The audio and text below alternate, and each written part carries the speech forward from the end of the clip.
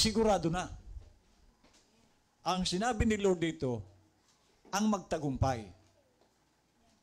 Okay, so meron po tayo, ngayon, paano ba tayo magtatagumpay? Wala pong tagumpay na walang laban. Kailangan mo ng laban. Meron tayong pagsubok. At pag nakalusot ka roon, iyon ang salitang tagumpay. Sabi dito ni Lord, ang magtagumpay ay daramtang gayon ng mga mapuputing damit. Ito po, puti po ang damit dito ng mga mga anghel at mga celestial body.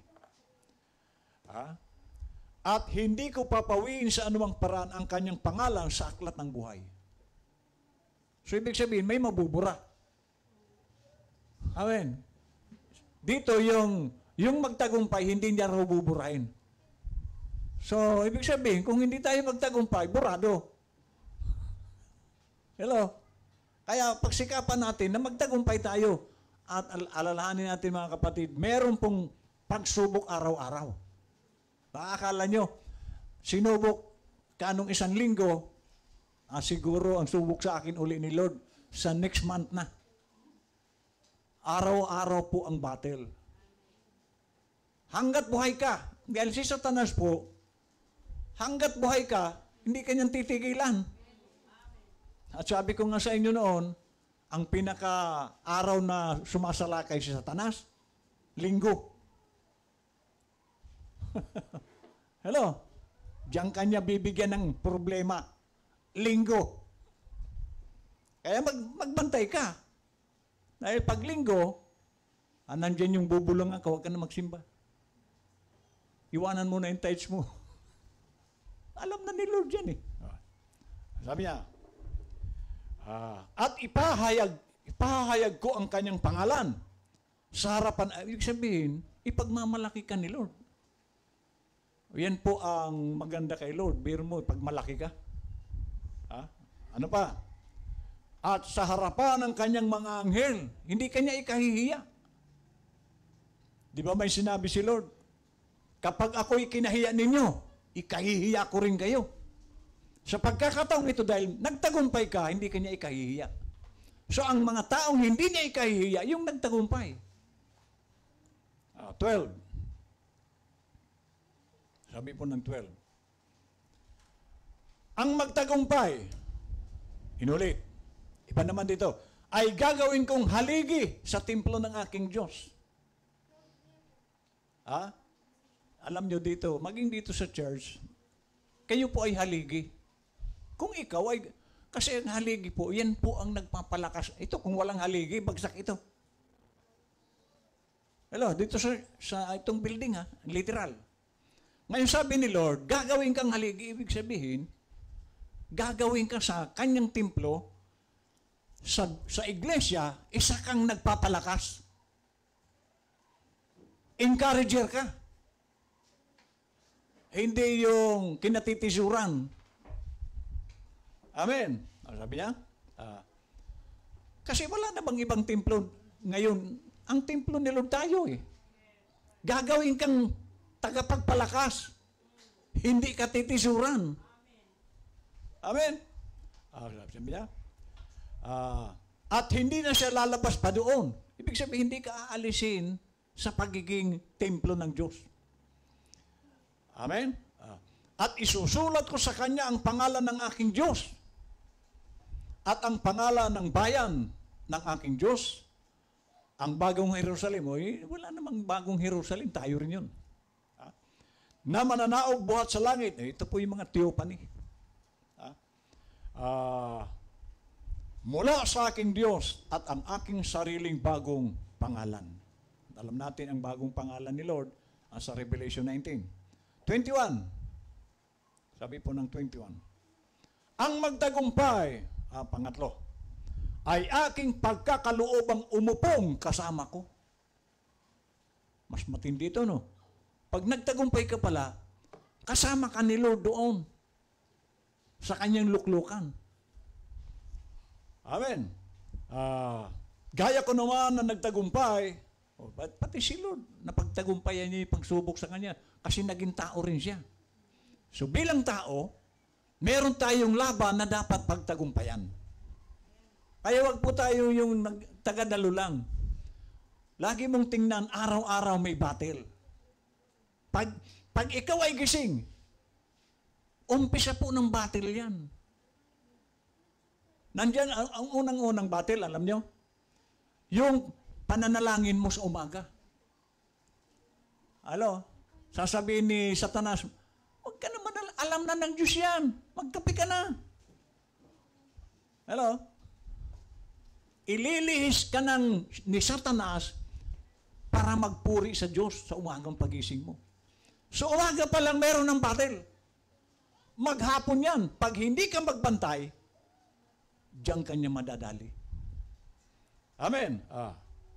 Okay. Ngayon, sa Matthew 24, tingnan niyo po ang Matthew 24. Matthew 24. Verse 13. Sabi ni Lord, but he that shall endure unto the end. Isang linggo, 2 linggo, ang trials, unto the end. At sabi niya, datapot ang magtitiis. So sa pananagumpay, kung wala kang pagtitiis, hindi ka magtatagumpay. Kaya sabi ng Panginoon, datapot ang magtitiis hanggang sa wakas ay siyang maliligtas. So kailangan po dito pagtitiis. Kasi halimbawa, anuhin ko muna yung malalayo ang bahay. Si Brother Dindo, alin ba malayo? Lingayin, Cubao. Alin malayo? Lingayin Si Brother Dindo, every 2 weeks,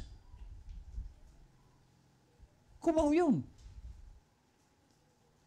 Minsan kasi yung sikmura niya, hindi nakapunta rito. So, pinagsisikapan niya yun kasi may covenant siya kay Lord na every 2 weeks, andito siya. Kailangan niya mapagtagumpayan yan. Magkano ang pasahe? Magkano? 30 centavos? 500. Nakuha niyo? Pero, nalulusutan niya. So, dito pag hindi mo napagtagumpayan yan, tagilid ka. Kasi araw-araw po meron tayong trials. At ang magtatagumpay, yung merong pagtitiis. Pag wala kang pagtitiis dito, hindi mo mapagtatagumpayan ang anumang. Kasi sabi nga ni Brother Gerald kanina,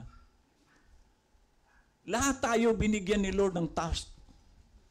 Bilang kabahagi ng katawan ng Panginoon, may kanya-kanya tayong trabaho kay Lord. Kumusta ka na? Ano na ang nagagawa mo kay Lord? Kasi tatanong sa'yo ni Lord yan yung purpose mo ba nagampanan mo sa lupa? Lahat po tayo. Hindi po dito yung lahat ng taga-Bukid. Yung pinapastoran ni Pastor Rodi. Pasok na kayo lahat. Hindi po ganyan doon.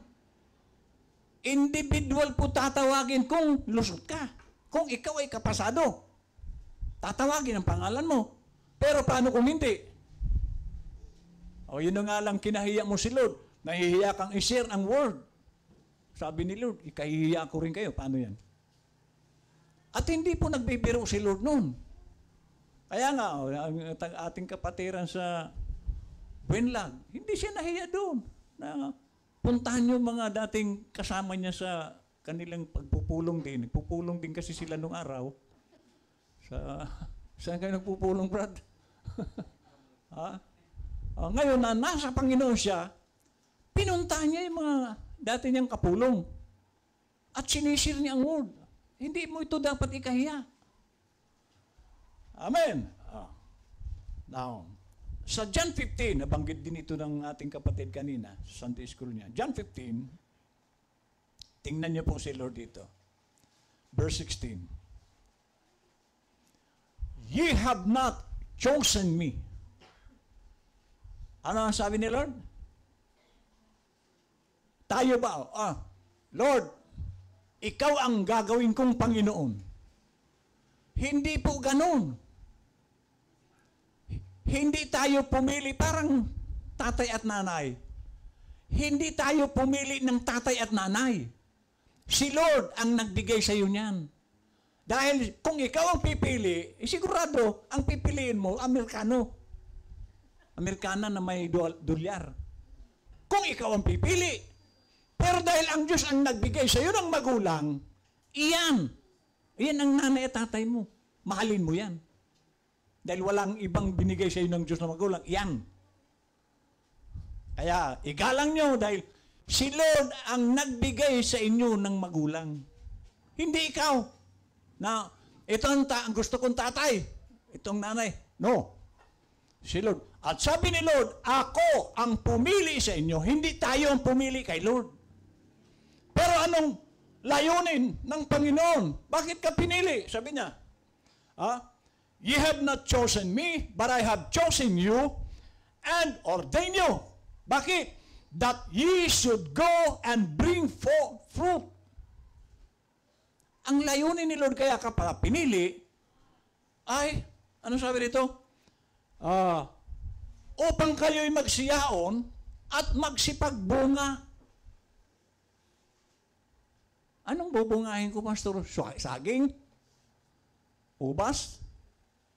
Anong bunga? Galatians 5:23, the fruits of the Holy Spirit. Karakter. Kapag wala tayong maayos na karakter, hindi ka po papasok doon. Hindi dahil dumadalo ka. No, hindi yan ang basihan ni Lord. Karakter. Kaya tayo dapat lagi nating ayusin ang ating mga karakter dahil sinabi ng propeta, wala kayong madadala doon sa langit. Karakter mo lang.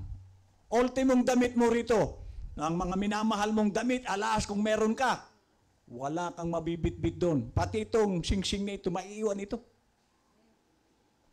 Isa lang ang taglay mo doon, dala, karakter mo. So ang lagi nating dapat ayusin, karakter. Amen. Ngayon dito, sa pagpili ni Lord, ang layunin niya ay magbunga tayo. At manatili daw ang ating bunga. At kung sakali manatili, ano mangyayari? Upang ang anumang inyong hingin. O yun, sinabi ni Sister Joey kanina, na ang blessing, ibinibigay nila. Yes. Dahil yan po ay karanasan namin. Ano sabi ni Joey hindi mo kailangan habulin ang blessing. Ikaw ang hahabulin ng blessing. Amen. Kung maging matapat ka sa Diyos. Andun po ang sikreto. Gawin mo ang katapatan mo at gagawin din ni Lord ang katapatan niya sa iyo. Huwag nating gawin na lagi si Lord ang mauo ng gagawa. No. Gawin mo muna ang tungkulin mo at si Lord, alam ni Lord ang isip mo, alam niya ang utak at nilalaman nito, alam niya kung anong sinasabi mo, alam niya kung ano ang ginagawa mo. At si Lord ay isang rewarder. Hindi po pwedeng hindi ka bigyan ng reward kapag totoo ang paglilingkod natin. Karanasan po namin yan. O yan, nakita naman ninyo. Anong kami po ay nasa Tulyaw noon. Yung isang gitara ko nga mahal na mahal ko yun. Di ba, kumpleto ako sa gamit noon. Bininta ko yung isang gitara ko para may makain kami. Walang-wala eh. Dinaanan po namin yan. At nagkautang pa. May binabayaran kami noong linding. 3 linding. Grabe. Pero hindi kami, kasama kong pamilya ko, hindi kami humiwalay sa Diyos. Naglingkod kami ng patuloy. At nakikita po ni Lord kung ano ang ginagawa mo sa Kanya. At kapag nakita ni Lord na isa kang tapat, meron pong reward yan. Huwag kang apurado. Basta alam mong may ginawa ka para kay Lord na maganda, merong reward yan. Tandaan nyo po yan. Amen. Okay, ito. Mamayang madaling araw ay meron mamaya? Ha? Hindi nyo alam ano? Ano meron mamayang madaling araw? Bukas. Ano meron? Hindi nyo alam. Bakang alam nyo, kainan na naman. Alam niya na. May mission po si pastor. Dahil yan po ang trabaho ko.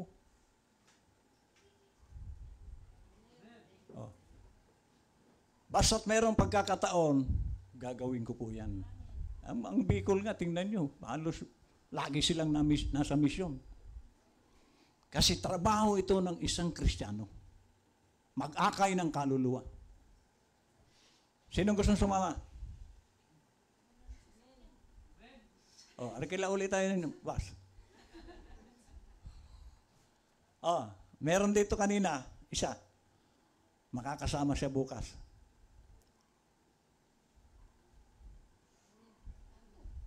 Sino yun, pastor? Paano naman siya makasama, pastor? Alam niyo na kung anong ginawa niya para makasama. Kasi lahat po tayo, bahagi ng katawan. Hindi, wag mong ipapasan sa isang tao lang. Lahat tayo, pasanan to. Amen. So sabi niya, upang ang anumang inyong hingin sa Ama, sa aking pangalan, ay maibigay niya sa inyo. Ay, yung mga taong ginagawa niya lahat para kay Lord, tandaan niyo po yan. Ang reward po naghihintay. Meron at meron yan. Amen. Yung ating katapatan, yung ating pagsunod, yung ating pagpapasakop, lahat po yan may reward. Pero kung ikaw lalabang ka sa pastor mo, anong reward ang tatanggapin mo niyan? Reklamo ka ng reklamo. Kaya nga sabi kanina, ang magtiis hanggang wakas. May narinig kang masaktan ka, tiis. Si Pedro nga, sabi ni Lord kay Pedro, Satanas ka eh. Malis ka, dito ka sa likod ko, Satanas. Tahimik lang si Pedro. Tanggap niya. Amen? At, meron po tayong stature of a perfect man na kailangan marating mo yun. Ano yun? Ang ating faith, pundasyon, kasunod ng faith ay virtue, knowledge, temperance, patience, godliness, brotherly kindness. And then, lalapat na yung capstone. Sino yung capstone? Si Lord. Sigurado ka na. Amen. Doon po sa ating fellowship noong linggo, sa ating joint fellowship sa Ordaneta, nabanggit ko doon yung about adoption na noong panahon, sa kanilang panahon, kahit anak ka, dapat kang i-adopt. At alam natin si Jesus Christ, anak na ng Diyos. Pero, in-adopt pa rin siya. Amen. So noong siya ay sanggol, hindi sinabi ng Diyos na siya ang anak ko. Hindi nagdeklara ang Diyos na anak ko siya. Nung siya ay sumapit ng 12, wala ring narinig na siya ay anak ko. Pero, doon sa panahon, 30 years old si Jesus Christ, binanggit niya talaga doon, ito ang kinalulugdan kong anak, ito ang sinisinta kong anak na labis kong kinalulugdan. Dineclare na doon, anak ko ito. So, dito, kailangan i-deklara ng Diyos kasi hindi po tayo magsasabi na ako, anak mo na ako, Lord. No. Kailangan si Lord ang magsabi sa iyo na anak ka. Siya magdideklara, ito anak ko. At paano ina-adapt noon ang tao? Alam natin na yung bagong silang na anak, kahit anak yan, ang tawag dyan sa Greek word, salitang anak or son, is tekneon. Ano yung pangalawa? Teknon. Teknon, ang ibig sabihin, hindi pa siya matured. Hindi pa siya pwedeng pagkatiwalaan. Hindi pa niya kayang humawak ng responsibilidad. Pero yung wiyos, handa na siyang ganapin ang tungkulin niya. Humawak ng responsibilidad. At doon ka pa lamang idideklara ng Diyos na anak kung sumapit ka na doon sa word na wiyos. Amen. So, yun po ang dapat nating pagsikapan na makarating tayo doon sa adoption na yun, na siya mismo ang magsasabi. Kasi sabi ng binasa natin, "Ye have not chosen me." Ako ang pumili sa inyo at humirang. Hindi po tayong pipili. Kasi kung tayo, hahayaan na lang tayo ni Lord na, sige, mamili na kayo kung sinong Panginoon. Madali yun. Pero sabi rito, ako ang pipili sa inyo. So yung mga anak niya, sabi niya, ako ang pumili. So yan po ang dapat nating pagsikapan na talagang isa tayo sa pinili. Kasi hindi po basihan na ikaw ay naniwala lang. Sabi po ng James 2 verse 19, si Satanas man sumasampalataya din. Nanginginig pa. Pero ang tanong, ligtas pa si Satanas dahil sumasampalataya? No. Hindi siya follower. So pag hindi ka rin follower, Matthew 7:21, hindi lahat ng tumatawag sa aking Panginoon, Panginoon, papasok sa karya ng langit. Sino lang? Yung sumusunod sa kalooban ng aking Ama, sumasalangit. So yan po ang ating assurance kay Lord, na sigurado tayo. So kaya nga tayo dito, ipakita natin kay Lord, hindi tayo laro, maging seryoso tayo kay Lord. Amen? Punta tayo sa propeta. Kasi sabi ko nga sa inyo nung Sunday, kung ako po ang tatanungin nyo, kung ang Diyos po ay tumitingin sa nakaraan, hindi po ako pasado. Amen? Sigurado. Kasi ang dami kong kasalanan sa Diyos noon. Amen? So, pero ngayon, meron. Bakit? Kasi nga hindi nga tumitingin ang Diyos sa nakaraan mo. Hindi yun ang tinitingnan ni Lord. Ang tinitingnan ni Lord, ano ka na ba ngayon? So, ibig sabihin, kahit anong bait mo nung araw, kahit anong paglilingkod na nagawa mo kay Lord nung araw, pero sa ngayon, iba, hindi niya po titingnan yung ginawa mo noon. Ang titingnan ni Lord, ano ka na ba ngayon? Kaya kung ikaw ay masamang tao noon, at ngayon ay tumino, yan ang titingnan sa iyo ni Lord, hindi yung nakaraan mo. Amen? Now, dito po tayo sa propeta.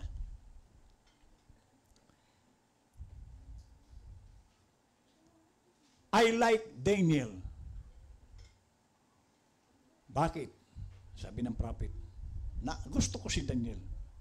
Because he had purpose that in his heart. Ano yung purpose ni Daniel? Hindi ko na po babasahin. Kasi si Daniel po, kasama siya sa mga binihag ng mga sundalo ni Nebuchadnezzar sa panahon na yun.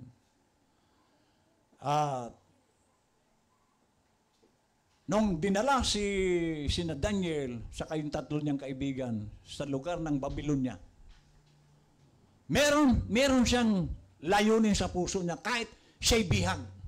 Bihag si Daniel dito. So, makikita niyo ang lingkod ng Diyos. Ano man ang nangyayari, lagi siyang merong sa puso niya layunin para sa Diyos. So, sabi rito ng prophet, he had purposed that in his heart.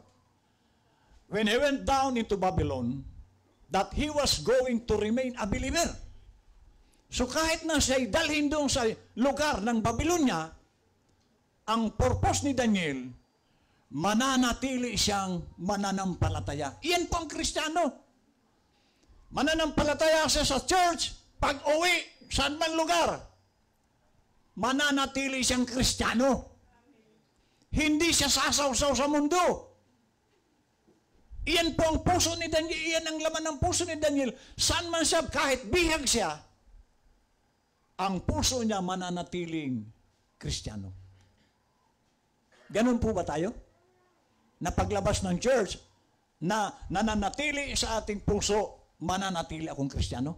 Or pagdating natin sa labas, kahalubilo na natin ng sanlibutan. Si Daniel hindi ganun. That he was going to remain a believer. Ayan. And he wasn't going to defile himself with the king's meats. And so, kaya nga itong tatlong itong kasama ni Daniel, pati si Daniel, hindi sila kumain ng pagkain ng hari. Samantalang yung mga kasabay nilang mga estudyante, ang sarap ng kain nila kasi pagkain ng hari. Pero yung tatlong kaibigan ni Daniel sa si Daniel, binibigyan ng pagkain ng hari, tinanggihan nila. Gulay lang. Amen. So, araw-araw, gulay. Ayaw nila ng pagkain ng hari. Siyempre, ang hari, kung tayo siguro yun. Ikaw, gulay araw-araw. Yung binibigay ng hari, may liempo, may fried chicken, lahat ng masasarap. Hindi sila kumain. Kaya, nung balikan, nung nangangalaga sa kanila, si Daniel, yung tatlo, at yung ibang mga estudyante, nakita nila, mas malulusog yung apat kaysa doon sa mga kaklase nila. Bakit malusog? Kasi hindi pagkain ng sanlibutan ang pagkain nila. Amen? So kung ano ang nais ni Lord na pagkain, yun ang pagkain nila. Sabi rito, now, the very thing that Daniel was, the prophet to the Gentiles. O hindi naman si Daniel, pero siya ang propeta ng kasi ang Babylon, Gentiles po yun. Daniel saw all the Gentile age rise and fall. So pinakita ng Diyos kay Daniel ang pagbangon at pagbagsak ng mga hintil, sabi niya. He was the first one to be, we call the Gentile prophet. So ano pa sabi ng propeta natin kay Daniel? Gentile prophet. He wasn't a Gentile. Hindi siya Israel siya. He wasn't a Gentile himself, but he saw the Gentile dispensation from that start to finish. In the head of gold and ending up, yung rebulto. Ginto ang ulo, pero yung paa, pinaghalong putik at bakal. Okay. And ending up in the feet of iron and clay. And while down in there, purposing in his heart that he wouldn't defile himself with the king's meats and with the king's affair. So hindi inihiwalay talaga ni Daniel ang sarili niya ang makipagsalamuha sa hindi niya kauri. At dapat din tayo, huwag tayong makikipagsalamuha o kayong mga babae, mga dalaga. Huwag kayong magpapaligaw sa hindi nyo kauri. Maging kayong lalaki, huwag kayong manliligaw ng hindi nyo kauri. Iyan po ang puso ni Daniel. Hindi siya makikipagsalamuha sa hindi niya kauri. Iyan po ang Kristiyano. Marami naman dyan na Kristiyano. Bakit siya hindi Kristiyano? Nasabi ko sa inyo, pagsisisihan nyo lang yan pagdating ng araw. Amen. Meron namang Kristiyano. Bakit hindi Kristiyano? Bakit? Iyan pang pinili mo. Amen. And another group of brothers named Shadrach, Meshach, and Abednego was down there with them, which was not prophets, but believers. And they also proposed in their heart. And then, when those 4 believers come together, I'd imagine quite oftenly, they had prayer meetings together. Yan po ang kagandahan. Pag believer ang kasama mo, mayroong prayer, mayroong fellowship. Nasabi nga ni Brother Gerald, doon sa fellowship, doon nagaganap ang revelation ng Diyos. para makita natin ano ang pangarap niya sa iyo. Just like we do, we get together because we have things in common. You know, there's an old slogan that says, birds of a feather flock together. Tama yun. And that's an old proverb, brother. And that's a pretty good thing, too. Birds of a feather flock together. Kumbaga sa ang nagkakasama lang, kapwa mo kabalahibo. Sabi nga, hindi pwedeng magsama ang langis at tubig. So, ibig sabihin tayo, para maging maayos ang ating fellowship, hanapin mo yung kauri mo. Huwag yung hindi mo kauri. Paano kayo mag-fellowship niyan? Halimbawa, yung isa lasinggero. Paano kayo magsasama niyan? Dadalhin ka niyan sa inuman, payag ka ba? Payag ako, pastor, pansamantala para maakay ko siya. Sino may sabi siya maakay mo yan? Kasi noon, merong isang, inaakay kami. Nasa Sol pa ako noon. Lasinggero ako noon. Inaakay niya kaming maborn again. Alam niyo yung kung ano nangyari. Driver siya ng jeep. Pinasagasaan namin yung aso. Sinagasaan. O, sino naakay? Sinagasaan niya pulutan. Paano mo maakay mga lasinggero yan? Inaakay niya kami. Ay, nung sabihin ko, sagasaan mo yung aso. Sumunod. Hello? Sabi niya, ito, 19.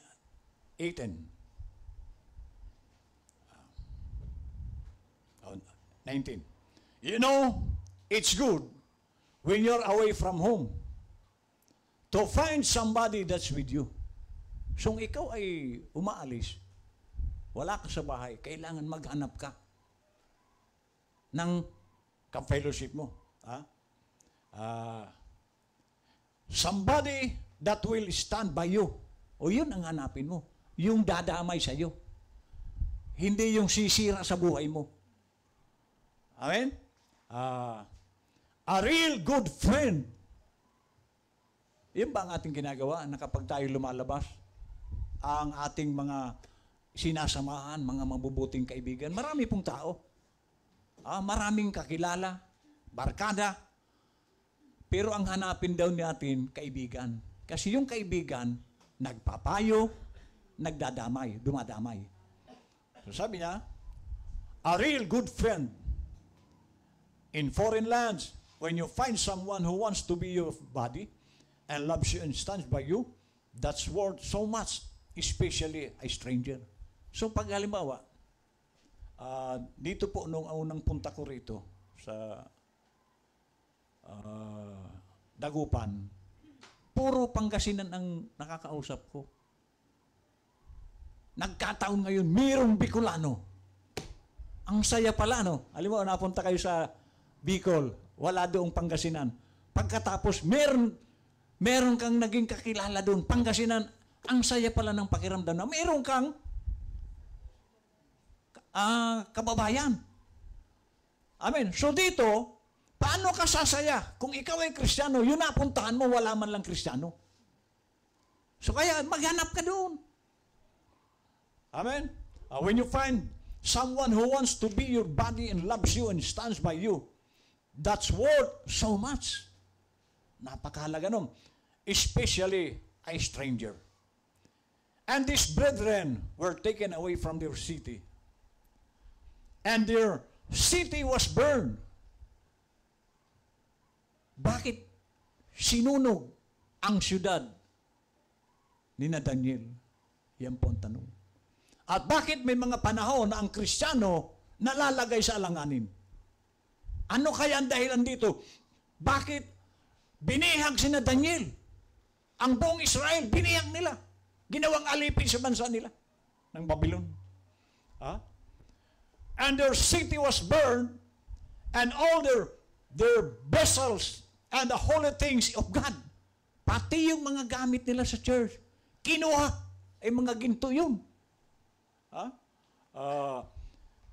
had been taken down into Babylon and was put in the treasure house of King Nebuchadnezzar. So lahat ng mga pag-aari, ng mga mahahalagang pag-aari ng Israel, kinuha ni Nebuchadnezzar, who had carried them down, a great grand Gentile king. Now if God has permitted that for their city to be burned, their church burned, pati simbahan nila sinunog, and taken them down into the city. Bakit? It was because that they had got away from God. Bakit dinanas nila yon? Binihag sila, sinunog ang syudad nila, sinunog ang simbahan nila, tinangay lahat ng kaari-ari nila. Tumalikod sila sa Diyos. At iyan po individually ang nangyayari sa mga taong wala naman sa Diyos. Nawawala lahat. Sa alalahanin natin, si Lord lang ang ating pwedeng sandalan. Si Lord lang ang nagbibigay, ang nagre-reward. Pero kung malayo ka, oy, nagsisimba naman ako. No, huwag mong ibase yung pagsisimba mo na malapit ka sa Diyos. Tingnan mo kung karapat-dapat yung ginagawa mo, na malapit ka nga sa Diyos.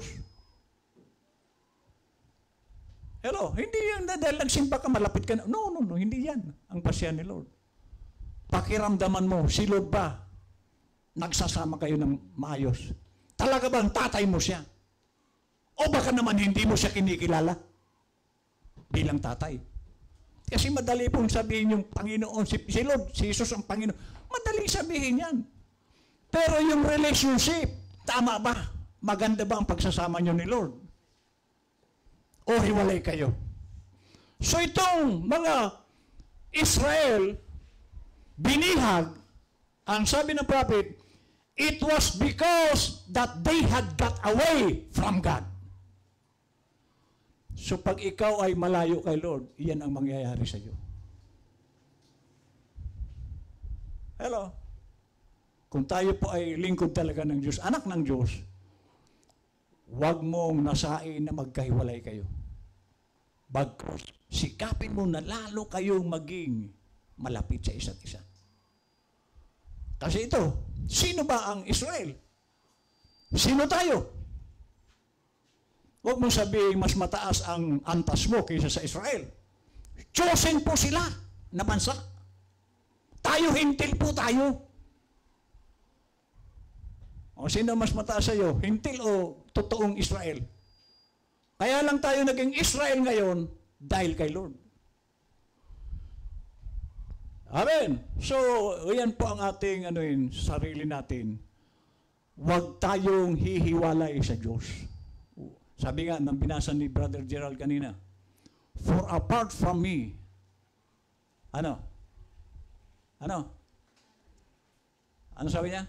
You can do nothing. Wala kayong magagawa kung kayo'y hiwalay sa akin. So ano anong nagawa dito? Binihag sila. Ang dahilan, tumalikod sila sa Diyos. Amen. So nakikita niyo ba na ang Diyos, pag anak ka, papaluin ka talaga. Chosen sila na bansa. So ang Diyos namamalo. Pag hindi ka pinalo, hindi ka anak. Kaya pinalo sila mula pa doon sa panahon ni Moses na 400 years na nagdusa ang Israel sa Egypt. Parang Pilipinas din, sa kamay ng Kastila. 400 years din tayong hinawakan ng Kastila. Kinamkam nila ang pag-aari ng Pilipinas. Parang tayo rin ang ganoon. Parang kasaysayan din natin. Okay. But he still had a believer that he could put his hands on. So ang Diyos po, lagi siyang merong taong mapagkakatiwalaan. Sa bawat panahon, kumukuha si Lord ng mapagkakatiwalaan niya. At isa si Daniel, and say, this is my servant. Ano si Daniel? Boss? Ano yung tao ng Diyos? Boss? Ano sabi rito? Kung ano si Daniel? Ano sabi yan? servant. Wala po dito sa ating boss. Kaya kung ang asal mo, boss, ano ba yung boss? Ang boss po, tingnan niyo sa opisina, lagi pong huling dumating yan. Hello? Di ba ang boss? Hindi yan maaga ang boss. Sa opisina. O saan mang kumpanya. Ang boss, lagi huli yan. Mabuti dito, lagi, walang huli ano? Wala. Walang nahuhuli dito. Paglinggo. Kasi pag nahuli yan, boss yan.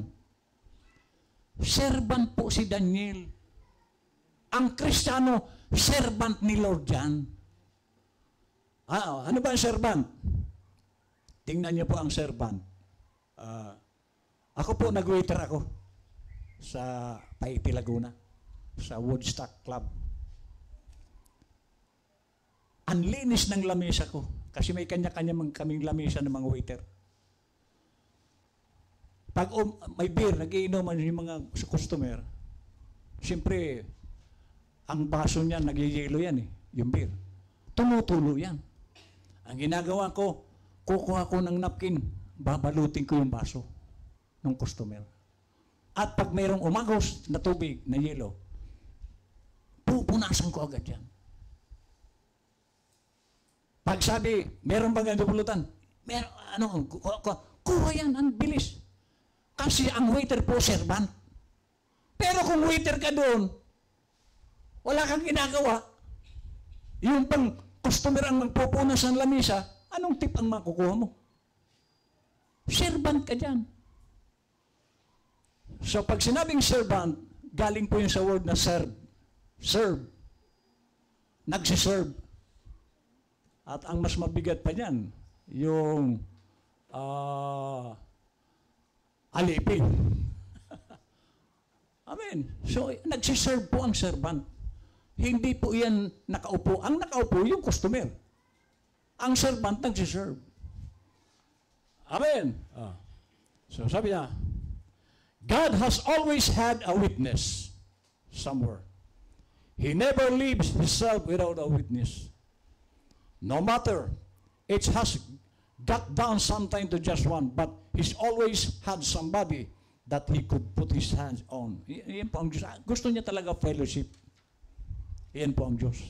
Amen? And say, this is my servant. And he'll do as I tell him. Oh, ano raw ang servant? Gagawin niya kung ano ang sasabihin ko. Ginagawa ba natin kay Lord yan? Na pag may sinabi si Lord, ginagawa mo? Servant ka. Pero kung hindi mo ginagawa, baka boss ka rin. Amen. Kasi ang boss, hindi yan gagawa kasi boss eh. And he'll do as I tell him. Noticing then that when these brethren were down there, they were put to a test. So yung tatlo na kasama ni Daniel, binigyan din sila ng pagsubok. So lahat po ng lingkod ng Diyos, susubukin po yan. At yan nga, yung overcomer lang sa pagsubok ang makakasama ni Lord. So, kumusta mo sarili mo? Sa bawat pagsubok ba na natatanggap mo, pasado ka. So, yung tatlo, they were put to a test. Very beautiful example of what a true believer comes to when he really accepts the Lord Jesus as his Savior. So, ang mga Kristiyano po, dadaan po yan sa pagsubok, sa ayaw at sa ibig mo. Tetistingin ka ni Lord. Kaya mayroon tayong kapatiran sa Sual, nakita ko rin ang pagsubok sa mga batang ito. Wala naman trabaho. Walang trabaho. Nakakadiling siya lang sila. Minsan siguro nagkaganyan ng damit para lang may pamasahe. Dahil meron siyang gawain dito sa church. Hindi uma-absent. Iyan po ang pagiging loyal mo sa Diyos. Na kahit walang-wala, nagsisikap na magkaroon ng ipapasahe. Dahil mahal niya ang Panginoon.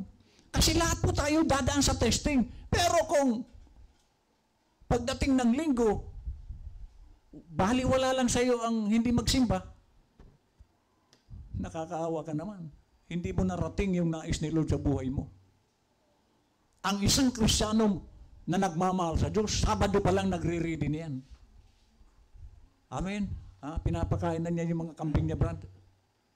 Tama ba? Kung may kambing, tapos yung mga baboy, nakaready na yung pagkain niya doon. Para sa araw ng linggo, makakarating siya. Iyan po ang Kristiyano. Mahal na mahal niya ang Panginoon. Nasaan ang revelation? Sabi ng brother, nasa fellowship. Diyan. Katulad ngayon, naghahayag si Lord. Amen. O saan maghahayag sa'yo si Lord kung nag-iisa ka sa bahay mo? Dito naghahayag si Lord ng instruction niya para sa atin.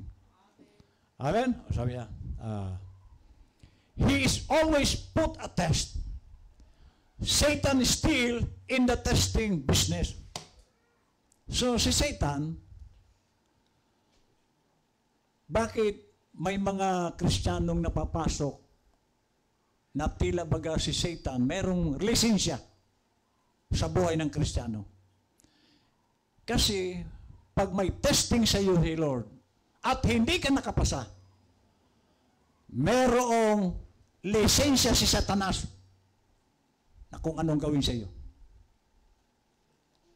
Amen. So, binibigyan mo si Satanas ng lisensya para ihiwalay ka sa Diyos. So, si Satan nandiyan sa testing time. And it only comes about to help you. It's for your good. So, ang testing, sa ikabubuti natin. Kung pasado ka. Kung hindi, makakasama sa iyo. So, yung ating kapatid sa Sual, may reward yan pagdating ng araw. Amen? So, huwag kayong panghinaan ng loob na ang grabe naman to pastor. Mamasahin na naman. Amen? Magpalit kayo ng lugar ni Dindo. Taga-Sual, palit kayo ng lugar ni Dindo doon kayo sa Cubao. Kung makadalo pa kayo. Amen. So lahat po tayo may testing. Iba-iba nga lang. Amen. Para saan daw ito? Sa ikabubuti natin. Every son that cometh to God must be tried.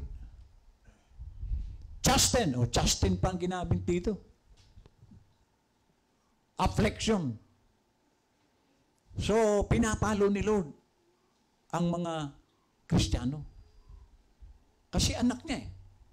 Lahat daw ng lumalapit sa Panginoon ay titistingin, papaluin, scourge, in other words, give a little thrashing, straightening. So, kaya kung tayo po'y Kristiyano at dumadaan tayo sa palo o pag-testing, itinuturing ka ni Lord na anak. Dahil kung hindi ka anak, hindi ka niya papaluin. Amen. So normal po yun na paluin tayo ni Lord kasi anak. Pag merong nakita si Lord na mali, papaluin ka. Amen? Anong dahilan bakit pinapalo, pastor? Ayaw ni Lord na mapahiwalay ka. Ayaw din ni Lord na mapahama ka. Amen? So kung tayo po ay nakakaranas ng palo, tanggapin mo yan. Amen? And we can stand it, then we become illegitimate children. Pag hindi ka nakapasa, hindi ka raw niya tunay na anak. Amen? And not the children of God.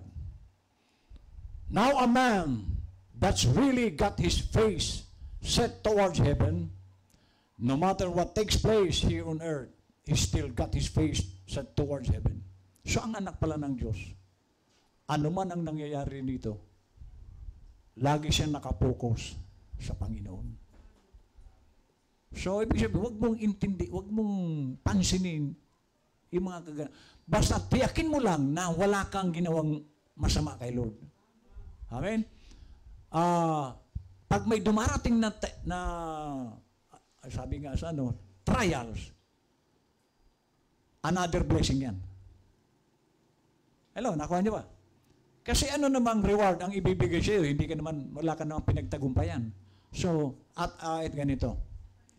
Ang pagbibigay, sabi kasi ng walang pagsubok na ibibigay sa Lord na hindi natin kaya. So, hindi, ibig sabihin, maski sa magulang natin, anak, igib ka nga buhatin mo yung isang drum. Utosan ka ba ng tatay mo, buhatin mo isang drum? Bakit hindi ka utosan? Alam niya, hindi mo naman kaya isang drum eh. So, timba lang ang ibibigay. Anak, igib ka. 2 timba. Tama? Ganon din sa pagsubok, hindi magbibigay ang Diyos ng pagsubok na hindi mo kaya. At doon sa pagsubok na yon, may kaakibat na gantimpala. Kaya kung ikaw ay merong pagsubok, sa halip, sabi nga ni James, sa halip na malungkot ka, matuwa ka dahil may gantimpala doon sa panahon ng pagsubok.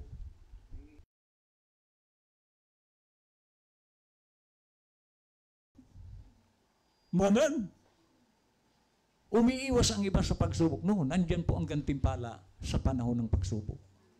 Na pag napasahan mo yan, matatanggap mo yung, halimbawa, itong anak ko, Angel, may nanliligaw dyan noon, professional, mga teacher. Ang payo namin sa kanya, huwag kang papatol dyan. Hindi mo yung kauri. Maghintay tayo. Hello? So, magtiis ka muna. Nung nakapagtiis, may dumating. Hello? Hindi ba gantimpala yan? Na hindi siya maaano sa unbeliever? Paano kung unbeliever? Baka hindi pa ito nabautismo ng kanan kong kamao. Baka. Amen. Masakit siya magulang yun na ang mapapangasawa mo, unbeliever. Hello? Hindi ako papayag na mapangasawa niya, unbeliever. Bakit? Madadamay ako sa niyan. Sa kung ano ang mangyayari. Di ba? So, tiis. At doon sa pagtitiis, may gantimpala. Amen. So, tiis tayo. O kayong mga kabataan. Hintayin nyo. Huwag yung apurado. Kasi pag apurado tayo, naalala niyo yung kwento ko na yung may kariton, may kalabaw. Puno ng nyug yung kariton. Nasa lubong ng lalaki yung bata. Bata, anong oras ako makarating sa bayan? Tinitigan siya. Pag nagmamadali po kayo, sabi ng bata, matatagalan kayo. Pero kung mabagal lang kayo, mabilis kayong makarating. Ang bata ito. Luko-luko at ang bata ito. Kung bibilisan ko raw, tatagal. Pag magbagal ako, bibilis. Si Raulo siguro ito. So, para kasi ibibinta niya yung nyug, nagmamadali siya. So, pinaspasan niya ang takbo. Bumilis yung kalabaw. Naglaglagan yung bunga. Pulot siya. So, nag-aapurap. Inulit. Pinalong kalabaw. Bumilis. Laglag uli ang mga bunga. Naalala ng bata. Anong lalaki? Tama ang sabi ng bata. Pag bibilisan ko, lalong tatagal. Ganon din dito, huwag kayong apurado. Pag apura kayo ng apura, lalong hindi mangyayari yung pangarap mo. Ipaubaya mo kay Lord. Si Lord may gantimpala sa nagtitiis. Amen. Kami, nagtiis kami mag-asawa. Ito na. Hello? So may gantimpala si Lord, magtiis ka lang. Sa paglilingkod natin, gawin nyo lang ang nararapat. Sabi niya, his friends may forsake him. His family may forsake him. His pastor may forsake him. But there is one that won't forsake him. That's God. Dito, sabi ng maaaring anyang yung mga kaibigan niya, itakwil siya. Ang kanyang pamilya, itakwil siya. Ang kanyang pastor, itakwil siya. Pero merong hindi magtatakwil sa iyo. Ang Diyos. Kung tama ka sa harap ng Diyos. Kasi ang pagsubok dito, sabi ko nga sa inyo, maaaring subukin ka ni Lord sa pamamagitan ng pamilya mo mismo. Subukin ka sa pamamagitan ng kapatid mo. Subukin ka sa pamamagitan ng pastor mismo. Pero ang tanong, tatagal ka kaya sa pagsubok? Kasi merong mga nasusubok sa church, lumalayo. Hindi po yung karapat-dapat sa kaharian ng Diyos. Sabi ko nga, nagkamali ba ang Diyos na binigyan ka ng pastor o tatay, nanay? Hindi siya nagkakamali. Pagkatapos, lalayasan mo. Para mo na rin sinabi, mali ang Diyos, binigyan ako ng ganitong pastor. Dadaan ka sa pagsubok. Diyan makikita kung sa katulad ni Pedro, na kahit narinig niya na si Jesus Christ, tinawag na siyang Satanas, nanatili si Pedro. Iyan pong ang ng isang Kristiyano. Ano man ang marinig mo, nagtitiis ka. Pero kung hindi ka nakapagtiis, lalayasan mo na yung pastor mo, hindi ka karapat-dapat sa kaharian ng Diyos. Amen? Dahil hindi nagkakamali si Lord kung binigyan kanya ng pastor o tatay at nanay. Yan ang binigay siya ni Lord. Hindi siyang nagkamali dyan. Nasa sayo na yan kung tatanggapin mo ba sa kabila ng mga ginawa sa'yo. Amen? Ito pa, mabigat. Daniel had burnt all the bridges behind him. Kumbaga sa ang si Daniel ay isang tao na lahat ng mga tulay na dinaanan niya, sinunog niya rin. Pero hindi po ito literal. Ang ibig tukoy yun dito. Kasi, kilala niyo ba si Napoleon Bonaparte? Si Napoleon Bonaparte, bakit siya matagumpay na warrior? Lahat ng laban niya, tagumpay siya. Kasi ang ginagawa ni Napoleon, pagdating nila doon sa isang lugar na kukub-kubin nila, sinusunog niya na yung barko niya. Bakit sinusunog ni Napoleon? Para magsikap ang mga sundalo niya na magbihag ng barko. Iyon ang gagamitin nila pag-uwi. Pag natalo tayo dito, hindi na tayo makakauwi. Kaya sunugin na itong barko. Mag-conquer tayo ng barko na masasakyan natin pag-uwi. Kaya naging matagumpay si Napoleon. So si Daniel, lahat ng dinadaan ng kumbaga na tulay, sinusunog niya na. Bakit? Ibig sabihin, ano sabi rito? He wasn't planning on going back anymore. Yung iniwan niya na sa likod, hindi niya na ito babalikan. Yung sa ating Kristiyano, lahat ng ating mga tinalikuran na sa buhay, na gawain ng laman, huwag mo na itong balikan. Sunugin mo na. Pero maraming Kristiyano hanggang ngayon, dating nagsisigarilyo, sigarilyo pa rin ngayon. Ayaw niya talagang sunugin yung tulay. Nakikisalamuha sa mga unbeliever. Ayaw niya sunugin ng tulay niya. Sunugin mo na yan. Huwag mo nang balikan yung tinalikuran mo. Yung hindi gawain ng Kristiyano, huwag mong gagawin yan. Nasa capstone po tayo ngayon. Nasa huling yugto tayo ngayon. Holy Ghost. Amen? At huling panahon to na ating kinalalagyan. Huwag na nating isama yung ating mga iniwan. Maraming Kristiyano hanggang ngayon kasama niya yung mga bagay na ayaw ni Lord. He wasn't watching his back trail. He was looking, forsaking those things which are in the past. Anong sabi ng propeta?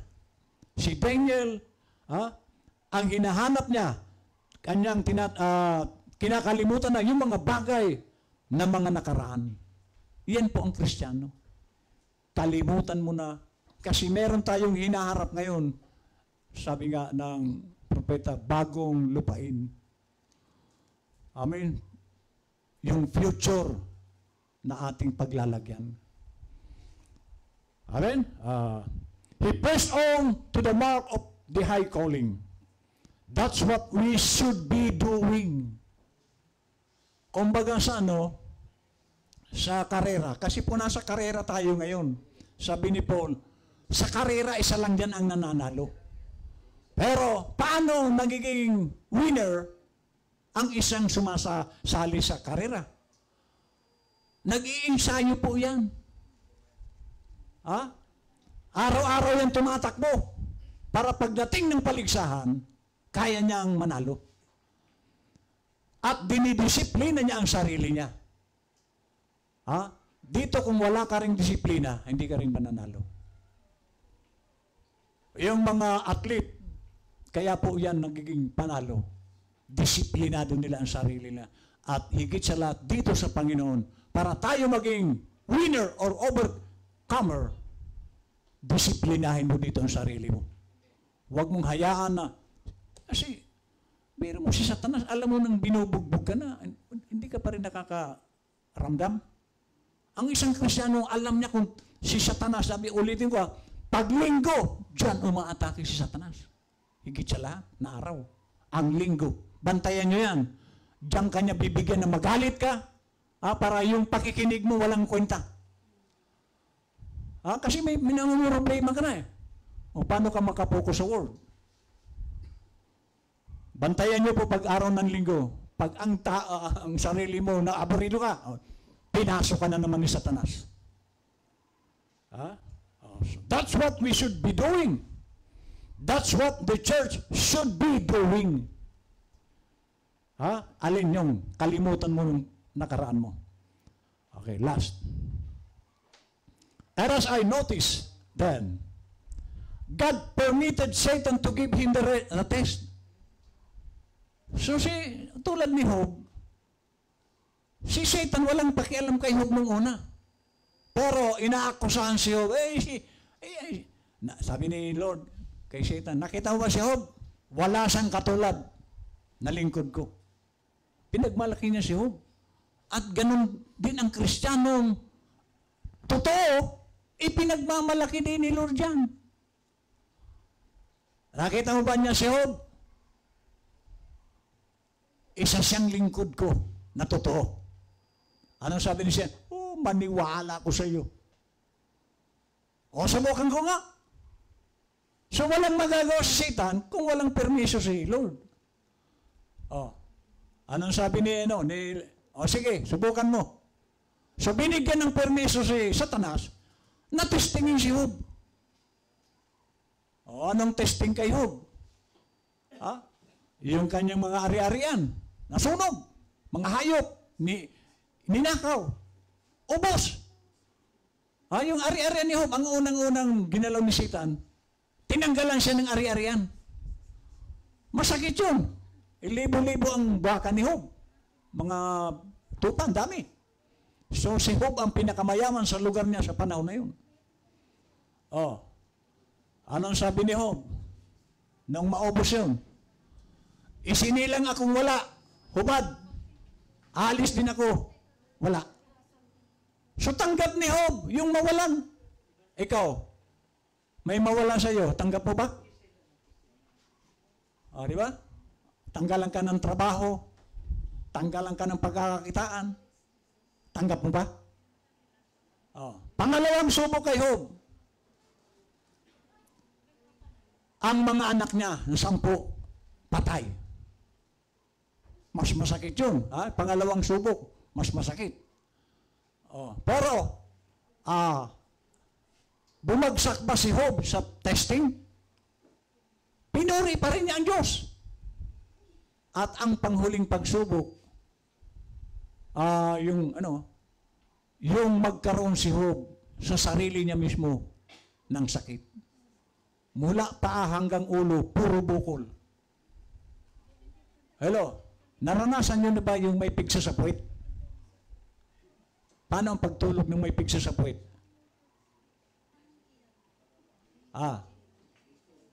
Si Job, ang bukol niya mula pa hanggang ulo. Paano ang pagtulog na gagawin ni Job noon? Hindi siya bumigay. Kaya sabi ng asawa niya, Job, grabe na naman. Sabi pa ng tatlong kaibigan niya, marami ka sigurong kasalanan, Job, kaya nangyari sa'yo yan. Pero hindi nila alam na tinitisting si Job. Pinayagan si Satanas ni Lord. At ang masakit na testing doon, yung sabi ng asawa niya, Job, sumpain mo na ang Diyos para mamatay ka na. Ano, bumigay ba si Job? Sa'yo kaya mangyari yan? Bigyan ka ng bukol mula pa hanggang ulo. Magpuri ka pa kaya sa Diyos? Baka sabihin, ano ba ito? Akala ko pa naman, pag nagbunagin, maganda. Hello? Pero si Job, tanggap niya lahat. Kaya, nang bandang huli, dahil nakita ng Diyos, pasado si Job. Kung ilang libo yung baka niya, doble. Ilang ito pa meron siya, doble. Yung 10 anak niya, binigyan uli si Job ng 10 anak. Mas maganda doon sa una. Iyan pong reward ni Lord sa mga taong nakakapasa sa pagsubok. Kaya kung may nangyayari, huwag mong isipin na ikaw ay pinarurusahan. Sabi nga ni Lord, pinarurusahan niya yung mahal niya. At kung yan ay pagsubok, mayroong reward yan. Tandaan niyo po yan. Rewarder po ang Diyos natin. At yan ay karanasan namin, nagtiis kami. Amin, ngayon, hindi na kami katulad ng araw. Hahanapin ko ang bulas. Saan kaya kami kukuha ng pang-almusal, tanghalian. Kaya napipilitan ako noon mag-painting para kumita. Kung ano-anong gimmick para kumita. Amen. Pero ngayon, awa ng Diyos. Kahit hindi ako magtrabaho ng 200 years. Hello? Kasi ang Diyos po ay nagbibigay ng gantimpala sa mga taong pumapasa sa pagsubok. So kung may nangyayari sa atin ngayon, huwag mong isipin na iyan ay walang pagmamahal sa iyong Diyos. No. Diyan nga darating ang blessing sa panahon na merong pagsubok. Kaya kung may darating sa atin, huwag kang mag-alala. Ang isipin mo lagi, kung ito ay kalooban mo, Lord, titiisin ko. At tingnan nyo, ang gantimpala na ipagkakaloob sa iyo ng Panginoon. Kasi lahat po tayo dadaan sa testing. Amen? Para meron kang, kumbaga, napagtagumpayan. Kasi ang ating mensahe ngayon, yung mga overcomer. Pag ikaw ay laging overcomer, 3 beses po yung overcomer na binanggit sa Revelation. Tingnan mo sa araw na darating, totoo pala ang Bible. Yes. Ang Bible, hindi po ito nagsisinungaling. Para paano kung hindi ka naman nakapagtitiis? Anong gantimpala ang tatanggapin mo? Hindi ka marunong magtiis. Kumbaga sa maski po sa pagtatanim. Ewan ko kung nakakita kayo na nagtanim ng kamote. Itinanim niya ngayon yung kamote. Bukas, nag-ani na siya. Meron ba? Tinanim mo ngayon bukas ang ani? Ang dami mong gagawin dyan. Didiligin mo yan. Kukultibatein mo yan. Lalagyan mo yan ng abono. Lilinisin mo ang damo bago ka makapag-ani dyan. Ganon din dito. Marami tayo ditong titiisin. Pero sigurado, kumbaga sa kamote, sa pagtitiis mo ng pag-aalaga ng kamote, sigurado ka may bunga yan. Tama, mali? Bantayan mo. 3 months, aani ka na sa kamote. Lalo na po kay Lord. At sa kamote, limitado ang aanihin mo. Depende din sa tinanim mo. Kung maliit ang pinagtaniman mo, maliit din ang aanihin mo. Pero kay Lord, unlimited ang ani. Di ba? Mas malaki doon sa inaasahan mo. At iyan po ang ginagawa ni Lord sa mga anak niya. Magugulat ka na lang. Katulad ng Friday, sa testimonyo pa lang, nababakas na sa kanilang mukha ang pagpapala ni Lord. Pero meron tayong kapatiran dito. College na yung isa. Magtatapos na rin yung isa. Nakakapag-aral. Mabigat yun. Di ba? Sino ang may gawa niyan? Si Lord. Gantimpala yan ng Diyos sa kanila. Dahil pareho silang lingkod ng Diyos. At meron pang parating. Yan po tayo. Parang katulad namin. Si Angel, nag-aral to. Nagtiis kami mag-asawa. Para kami alila. Hindi naman alila. Yung may kapalit yung pag-aaral niya. Kami ang nag-aalaga sa mga anak. Tiis. Ganun talaga. Yung pagtitiis na yun, nakatapos si Angel.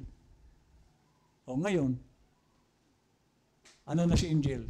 Siya naman ang tumutulong sa amin. Yan po, mga gantimpala yan ni Lord. At sa bawat gagawin natin na maganda, lagi po yan may gantimpala. So dito sa ating, lalo na itong panahon na ito, alahan ninyo. Ang Matthew 24 at Revelation chapter 6, magkambal po yan. Para siguraduhin na iyan nga ang mangyayari. Ano meron sa Matthew 24, verse 4? Deception. Chapter 6 ng Revelation, white horse, deception. Kambal po yan. Para ipaunawa sa atin ni Lord na ito ang mangyayari. Ano pa? Pangalawa, sa Revelation chapter 6, anong horse yun? Red horse. Anong sabi sa Matthew 24? War. Black horse. Famine. Sinabi rin ni Lord yan. Matthew 24. Ano pa? Death. Iyan po ang mangyayari sa daigdig. So, pero, sabi ko nga sa inyo, kung tayo po ay naglilingkod ng tapat kay Lord, tingnan niyo po ang nangyayari ngayon sa Iran. Hindi, sa Ukraine man, pero mas grabe dito sa Gaza. Nakakaawa ng mga tao. Mayroon doon naglulugaw. Nag-aagaw ng mga tao sa dala nila yung planggana nila o yung mga pangko para lang may makain. Grabe na po ang gutom doon sa Gaza. Sa Ukraine, ganun din ang grabe na sinabi po ni Lord yan, famine. Pero ang Kristiyano hindi po dapat mag-alala dyan na magugut. Kasi worldwide po ito. Buong mundo ito. Nagsimula na naman ang pandemic sa ibang bansa. At sabi nga, dyan daw sa Davao meron na. Ano ang mangyayari naman? Lockdown na naman yan. Pag lockdown, makatrabaho ang tao? Hello? Puro nasa bahay ang mga tao niyan. Anong kakainin? Pero ang Kristiyano, hindi po yan nag-aalala. Amen? Si Elijah, tagtuyot, 3 years, walang ulan. Walang tumutugong pananim. Pinakain si Elijah ng uwak. Darating yung uwak doon, may bit-bit na munay. May umuusok pa na munay. May palaman. May gatas. Nandun lang siya sa yungib. Amen. So mayroong uwak na susupply sa Kristiyano sa panahon na yan. At nung maubusan na, sabi naman ni Lord, pumunta ka sa isang balo. Siya ang magpapakain sa iyo. Anong klaseng balo yon? Dinatnan ni Elijah, isang ganito na lang ng arena.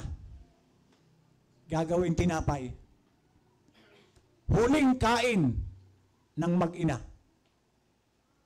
Sabi ni Elijah, anong meron ka dyan? Ito po, natakal ng arena, konting langis. Pagkatapos po nitong iluto ko ito, mamamatay na kami kasi ubos na. Ganun ba? Sige, magluto ka. Pagkaluto ng tinapay, ako muna ang pakainin mo. Kung ikaw, yung balo, dumating sa iyo si pastor. Sabi ni pastor, ako muna ang pakainin mo ba ako? Kaunti lang yung mapaglulutoan ng tinapay. Pakainin mo kaya?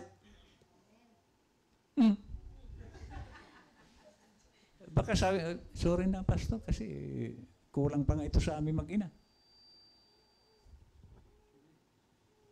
So, sabi ni Elijah, ako muna ang unahin nyo.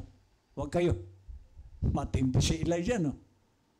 Pero manduhan mo yung mag-ina. Ako muna unahin nyo. So, opo, maluto ang tinapay, pinakain niya si Elijah. Amen. Tapos, yung natira, iyon ang kinain ng mag-ina. Anong gantimpala? Tuwing umaga, hindi naman doon si Lord ng sako-sakong arena.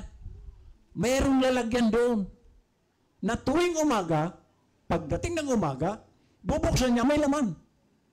Iluluto niya yung laman na yun, wala uling laman yung lalagyan. Pagdating ng tanghalian, bubuksan niya, meron. Pagdating ng hapunan, bubuksan, meron. Iyan po ang gantimpala ng isang Kristiyanong tapat sa Diyos. Hindi yan mawawalan. Pero kung ganun ka, laging wala. Kasi, subukan nyo ngang mag-igib sa gripong sarado. May makuha kang tubig sa saradong gripo. Anong gagawin mo? Buksan mo. Buksan mo rin ang kamay mo kay Lord. Pag sarado yan, mabigat na ang blessing na darating sa iyo. Amen? Okay. Ano po ang napulot natin ngayon? Na dapat nating lakaran. Ibuhay natin ang mensahe. Hindi yung dadalo ka, ang dami mong narinig, wala kang nagawa. Ibuhay mo. Awit tayo.